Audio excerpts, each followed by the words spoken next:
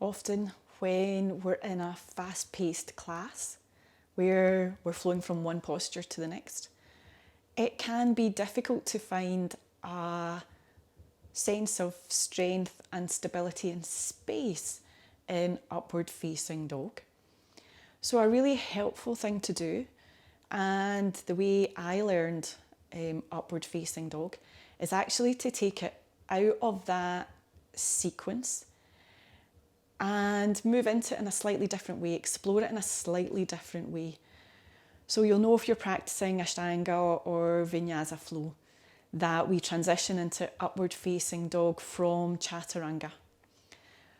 So that's pretty tricky because we're actually lifting against gravity. We're having to lift ourselves up against gravity. The weight of our body's pulling us down. And so it's very difficult to find the integrity, especially through the centre of the body. You might feel a little bit niggly in the lower back. So I found a really helpful thing to do is actually to come into upward facing dog from downward facing dog, which means that we've got gravity to help us. We're moving down into upward facing dog, if that makes sense.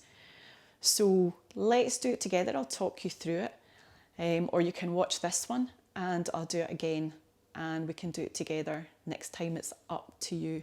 So what we're going to do is sit back on your heels, lay out and reach forward as far as you can with the hands. So this gives us quite a good length for downward facing dog. And the hands are going to be in position. We're not going to move them, so they're shoulder width apart and the fingers are spread. Middle finger, our first two fingers pointing forward. And we're going to come up onto the hands and onto the knees. Tuck the toes under. Lift the hips and take the chest back towards the thighs for downward facing dog. Now from here, what I want you to do is look up and bring the weight forward. So we're going to bring the weight forward into the arms and allowing the hips to lower as we do that. So we want to get the shoulders above the wrists. So you can see I've kind of paused here in a high plank position. I'm pushing the hands into the floor. Lower abdomen's drawing up and back. And I'm pushing out through the soles of the feet. So we've got a strong position here. And I'm going to keep those actions going as I allow the hips to move towards the floor. So I keep pushing into the hands, keep the lower abdomen drawing up and back and strong out through the legs. And when I can't go any further, you'll see I'm still pretty high. I'm going to step over the feet. So I'm coming onto the top of the feet, but the legs stay strong. So I'm pressing the backs of the knees up towards the ceiling. The lower abdomen is still drawing in and back, and I'm still pushing the hands into the floor. And then I'm going to take the gaze out along my mat, along the floor, up the wall, and then see if I can actually take my gaze back along the ceiling a little bit. So the legs are still strong, lower abdomen still drawing up and back, pushing into the hands. And exhale, tuck the chin, take the knees to the floor and move back into pose of a child.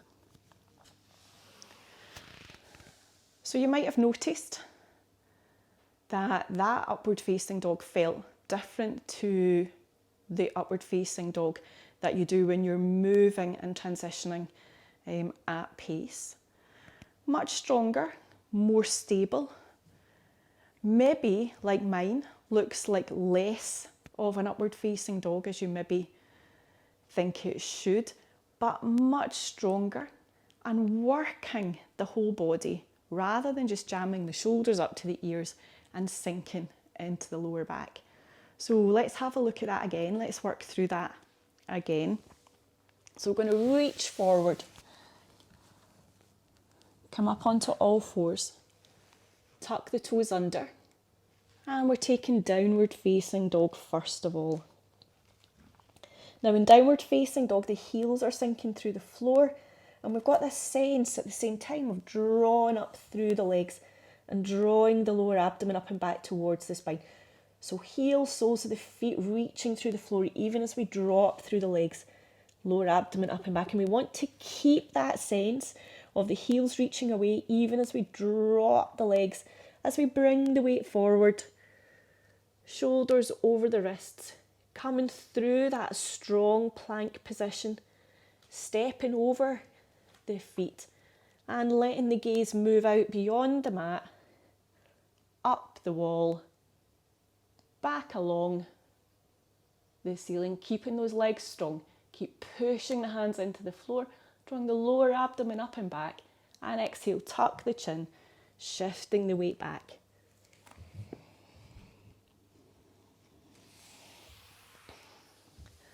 So when you're practicing on your own at home, and you can take a little bit of extra time, it's worth exploring upward facing dog so that when you get back into the flow, when you get back into that sequence, you and your body have more of an idea what it is that you're looking to find there. And it's a long game, but if we keep practicing in that way, then we're able to find that upward facing dog, even when we're lifting from Chaturanga. So I hope that's helpful, giving you something to explore, something different to try. If you've got any questions, let me know. And if you're working with this regularly, let me know how it's working for you.